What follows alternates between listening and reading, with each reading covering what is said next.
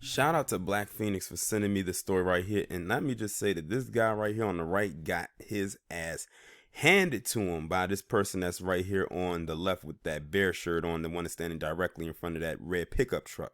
So the story behind this is you have this father who is this guy right here on the left, whose name is Isabel Casillas, or Casilla, is probably based on the accent, who has a 14-year-old daughter who had this grown man caught in her bedroom by, and the grown man is this guy right here, and his name is Kewantrez Humphreys.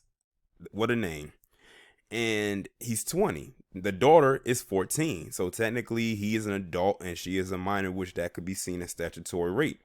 Well, he confronted the guy and found him in the bedroom on July 4th.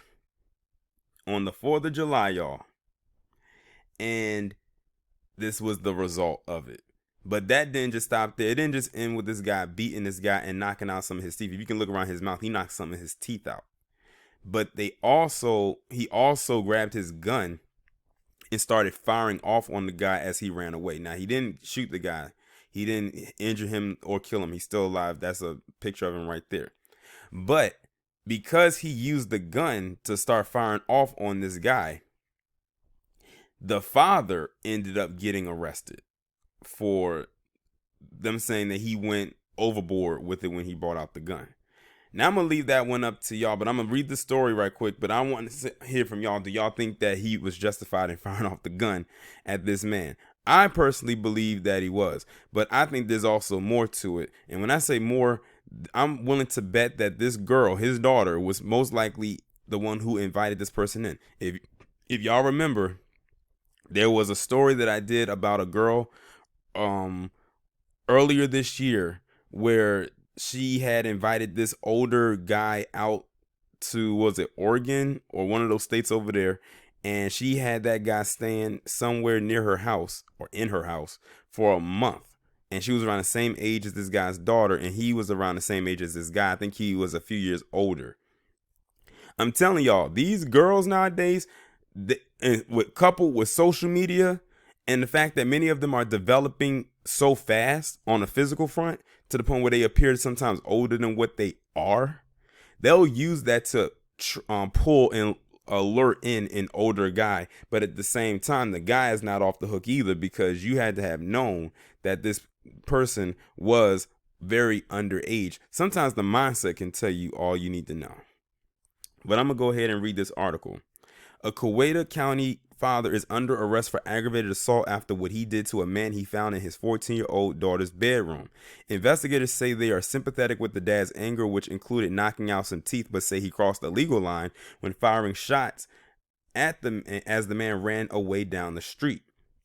A lot of fathers might say they would do the same thing.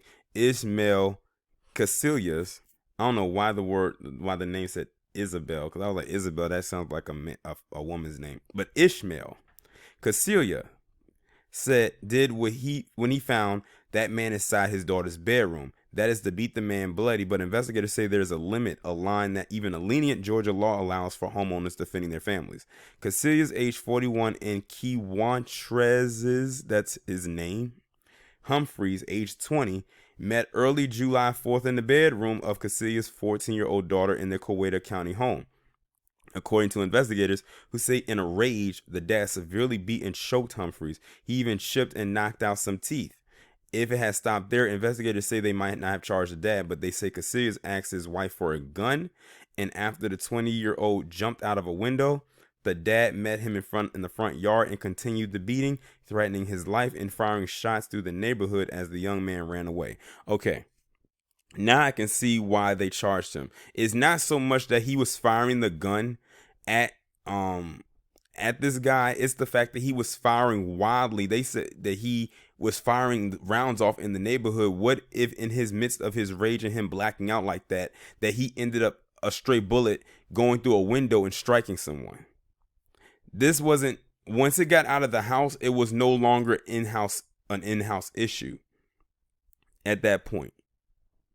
When he decided to, now it's one thing if he was firing that gun off in his house, but he started firing the gun off into the neighborhood while chasing this guy.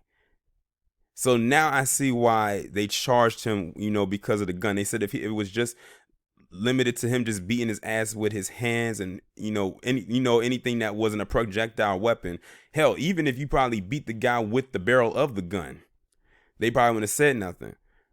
Well, they might have got you assault with a deadly weapon, but when they say he fired off into the neighborhood while chasing this guy, like I said, it's hard to keep your aim when you're running and you're pointing the gun because your hand is not steady. It's flying in directions. So a bullet has no name. Wherever that bullet leaves out of that chamber and lands, that's where it's going to hit. And if it's not going in his direction, it's going to go somewhere else. So I can see why they ended up arresting the dad. It says investigators say that is where Casillas crossed the line because Humphreys was no longer a threat to him. Though investigators say they understand Casillas' rage, Georgia law draws a line on continuing actions against an intruder once they are no longer a threat, and in this case, fleeing down the road. Investigators also charge Humphreys with child molestation.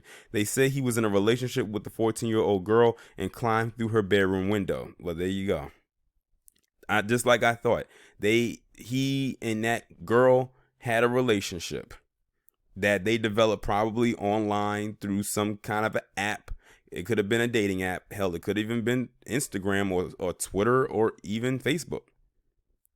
I'm telling y'all, if y'all have kids out there, especially if you have little girls, y'all need to monitor their social media. I don't care how many of them feel about it, but because it's too many stories like this that's happening out there, and it's too many of these girls out here that are risking it all. And it's scary out here because you don't know what the mindset is of these grown men that they're trying or even in these relationships with, because because they can be easily manipulated. These girls can be easily manipulated because they're young. And I'm going to just say it, they're fast. And they're trying to be, I guess you can say, adventurous very early. They're trying to be grown while they're still growing. Investigators say Humphreys is known as Man. That's one of the most typical black nicknames you can get for a male. Because of his age and the girls, they are pursuing a sex crime investigation and more charges possible. And guess what's going to happen? Well, guess what's not going to happen? Nothing's going to happen to the girl. They're going to treat her as she's a complete innocent party in all of this. But it was through her actions and his actions that he and her dad are both in the predicament that they're in right now.